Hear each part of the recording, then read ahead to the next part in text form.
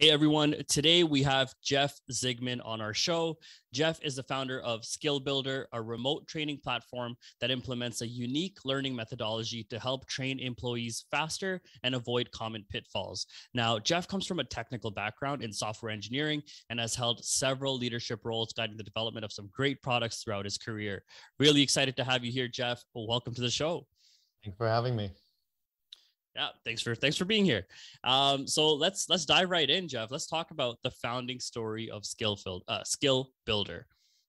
Yeah, so at the beginning of COVID. So I had actually just gotten hired as a director of software development for a company that did warehouse management systems and transport management systems, and at the same time I had an idea for a sort of a learning system that was not this.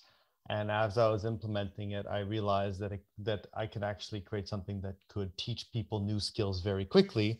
And I've been doing martial arts for about 20 years, and I've learned kind of the nature of how people learn and absorb new skills quickly from that.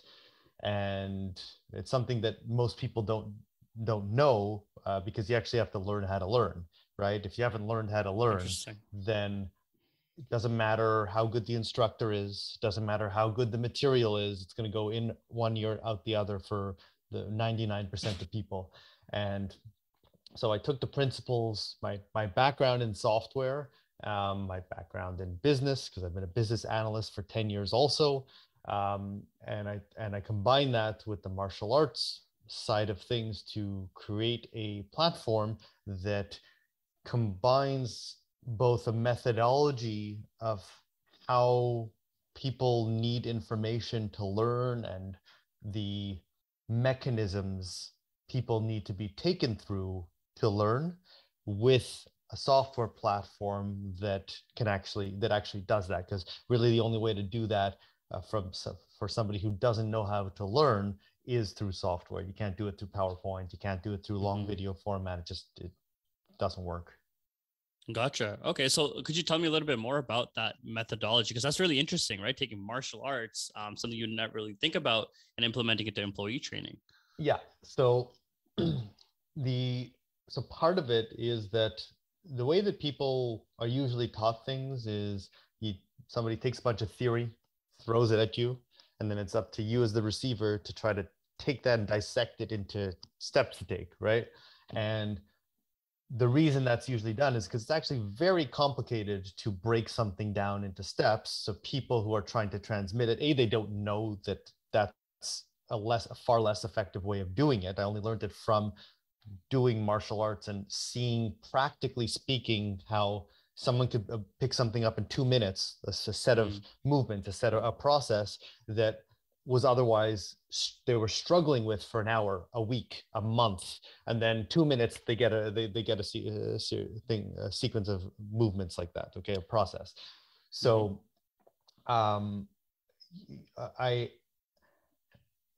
by breaking it down into that kind of format is actually it's not an easy thing to do, especially when you're dealing with very complex processes. So if you don't do that, then the person receiving it needs to, in their mind, try to do that, which is something that a very, very, very, very small percentage of people could do effectively. And if you can't do that effectively, you're not going to actually pick up what you're being taught.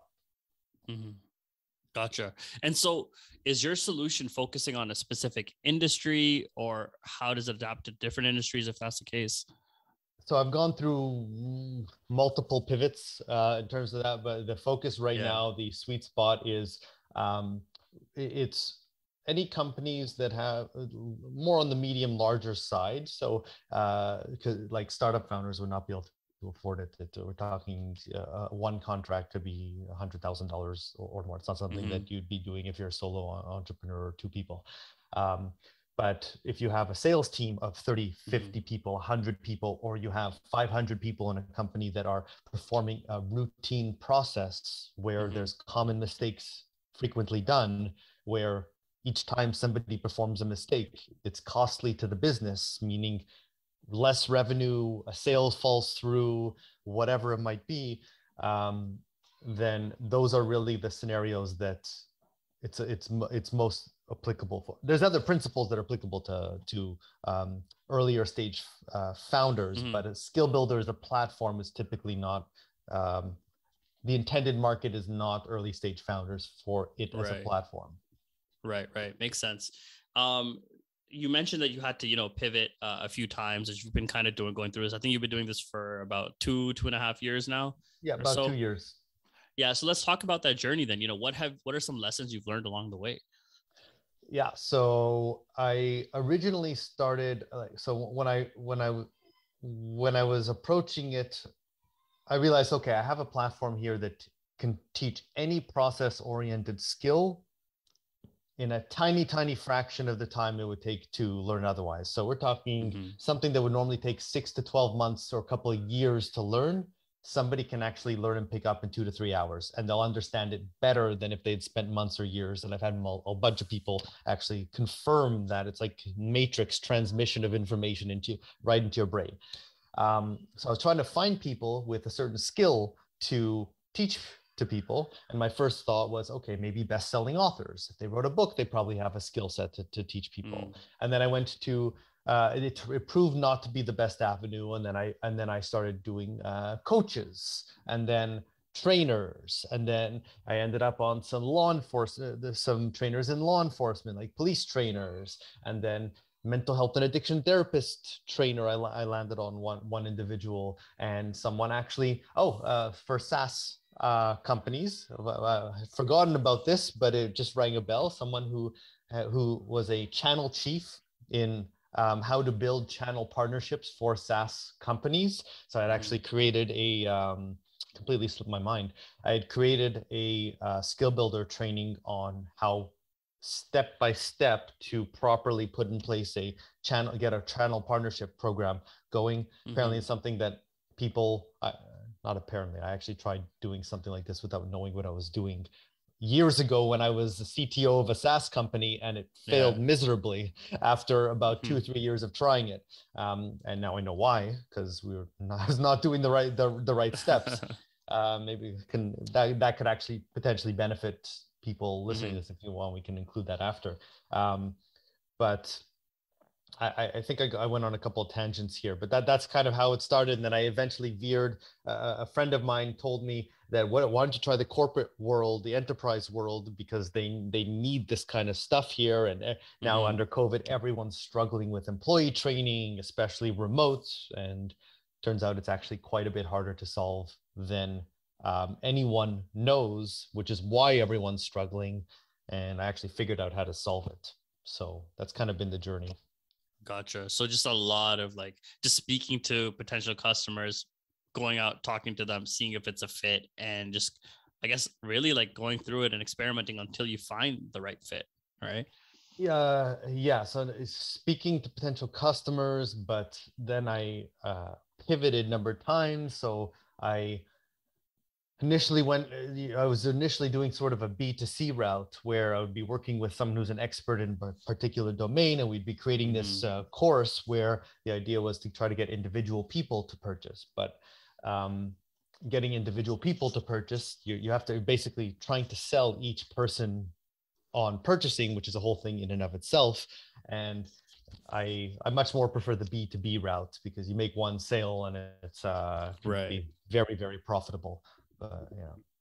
Makes sense. So, I have an interesting question for you. So you come from a technical background, and but then you said you're also, you have business analyst in the past as well. I think you call yourself the business engineer. I saw that on your LinkedIn profile. So I think a lot of technical founders, I think they're great, within their network. They'll talk to people, they'll kind of get their early customers and stuff like that, but they have a tough time figuring out how to get outside of that. So how do you do that?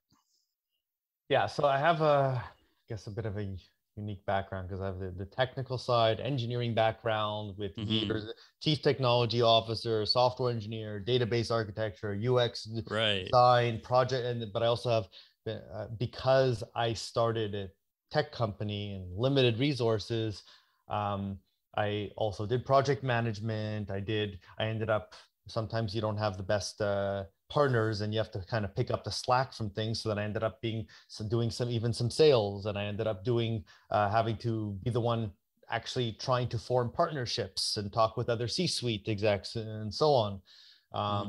But I also had the start of my professional career was as a business analyst. So I got a very strong mesh for a long time of both the technical and the business side. But for technical founders, you know, you either have to find somebody who can handle the business side well, which is hard, very hard to find someone who's really good at that. I've so far never found a partner like that in 10 years. I haven't found that. Or you need to get good, and the only way you get good at it is by doing and by practicing and actually going out there and just doing it. You need to get good at certain skills, soft skills. You need to learn how to sell things. You need to learn how to pitch an idea. You need to learn how to do copywriting. If you can't form a sentence in a way that people can read and understand or care about, then you can have the best product in the world. No one's going to care about it. The only way to do that is to do it. It's really important to have your tech skills, but just spend time doing some copywriting practice, like you're going to write things on LinkedIn and try to get response, or practice like you're trying to create some marketing material. I've also been doing technical writing for 10 years since I started as a business analyst also. So I had to constantly do technical writing. And then I had a partner who wasn't doing the business side of the business, even though they were the business side of it. So I was like, okay, well, we need marketing material, so somebody's got to do it. So I just started writing a script for an animated explainer video. And then I went through iteration after iteration after iteration. And the more you do, the takes time, but the more you do, the more you're able to refine each of the skills that you need. Right. Yeah, fair enough. No, and that's important. Because it is different. I feel like the thing with technical founders is your product so well, it inside out, but then when you're selling it and putting it out there, you have to really frame it in a way that the customer will understand it, not another engineer. 100%. That's a mistake that most tech people do wrong. Like you not in a way that they'll understand it. Well, you do have to do that, but it's like, you have to frame it in a way where they understand the value it will bring to their business, to them. And they don't care about your features. They don't care. They don't care that I just created an algorithm that is so efficient and so great and so amazing that it would otherwise take a team 6 months of development to do it. And I figured out a way to get it in 2 weeks. They don't care about that. It's like, what does it do for them? And how quickly is it fast? What does it do for them? Does it make their life easier? Is it going to save them or make them money? Awesome. Oh, that's amazing. So switching gears a little bit, Jeff, how are you? So, I've heard from other founders in Canada specifically that it's tough to be a startup founder in Canada. There's finding funding. It's tougher than it is in the US. Just overall resources and availability, it's a little bit tougher. So how do you find navigating this space as a founder in Canada? Found it very frustrating and difficult. I'm not looking for funding now because I've been able to sustain myself with the actual consulting work that I'm doing on the side, getting paid very well for that side of things. So I was able to do skill builder while doing that also. But it's very hard. I found the funding situation to be very difficult here. People say that the startup ecosystem in Montreal is great, but I haven't personally found it to be great. There's events and stuff, but it's I think that maybe they're looking for a very specific thing or something, and they don't take anything that goes even remotely outside of that. That's years ago when I was more involved in the startup community. And since when getting no results, nothing useful from it, I just block it out and I do my own path, my own thing. what I need to do to what I feel like I need to do in order to get successful. But you're right, and I've found the same thing. Gotcha. So what are your plans then? How are you planning to scale? How are you planning to get your first, and I don't know how many customers you have, but for your first 10 or 50 customers, what are your plans? So although I'm not the best at selling in a typical salesperson kind of way, I have developed strongly knowing how to forming partnerships, like getting enticing people to want to work with me in a partnership capacity, in a rev share capacity. And by doing that, if you can make things exciting enough, then you can get salespeople to potentially work for just rev share. And if they're good and if they have connections, all existing connections, then if the deal is good enough, then you can get them working for you, where they can get whatever arrangement that you have. So I have that kind of scenario going with numerous people. Through doing Skill Builder, I've connected with people with good connections. I have one individual who's in the last 2 weeks, he's known me over a year now, and in the last 2 weeks, he's gotten me 4 or 5 meetings with very, very billion-dollar companies to present to. I've already had a few meetings, and each one of those contracts could be large, and all I need is one of those, and it would propel me forward. Right. But yeah, here I don't really need to scale per se. Even a couple of contracts can take me to where I want to go. But I have a lot of mechanisms in place right now to open up many doors by getting many salespeople in that way working for me. And what could be very helpful actually to a lot of early stage founders is the more you can optimize every process that you're doing every day and optimize your time at a very granular level, you are able to get done more every single day. And if you know, especially tech founders, if you know how to incorporate automation into what you're doing. Right now, I have so much automation running for me. It's literally like I have 4 full-time employees who are working 24/7, perfectly, never making a mistake, and I don't have to think about it. So it's and I've done similar things for my consulting clients, who's a real estate company. But yeah. That's really interesting. Let's dive deeper into that, because I feel like that might be some useful advice you could give to founders. Let's unpack that a bit. Yeah. So founders are typically running around like a chicken without a head, trying to do a lot of things. And if you break down what you're doing in a given day into the individual processes that you're trying to do, it's the same for any company, it's the same for any founder. It's just the processes get more complex the bigger the company is, or the more people involved, or whatever. But when you break down what you're doing in very granularly, you'll see that you're probably wasting time on things. And when you can systematize the processes that you're doing in a way so that it's the most efficient path, where you're not doing any unnecessary steps, and where you're isolating the parts that take the same thinking process and doing them one after another, after another, after another, you get much more efficient, right? So let's say that there's a 10-step process you're following, but you're able to, and you have to do that 50 times a day or something, whatever it might be, okay?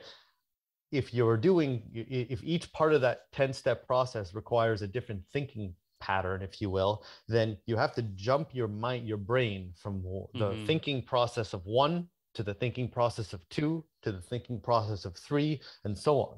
But if instead of doing that, you do 50 times, one after another, your brain is in that same sequence over and over and over again, and you can get through 50 of them. And then you do the number 2 50 times, number 3 50. The more you can figure out, just using that as an example, but the more you can figure out how to do things efficiently with your time, the more you can get through. And if you do this well enough, you can get through 2, 3, 4 times as much as you are currently doing in a day.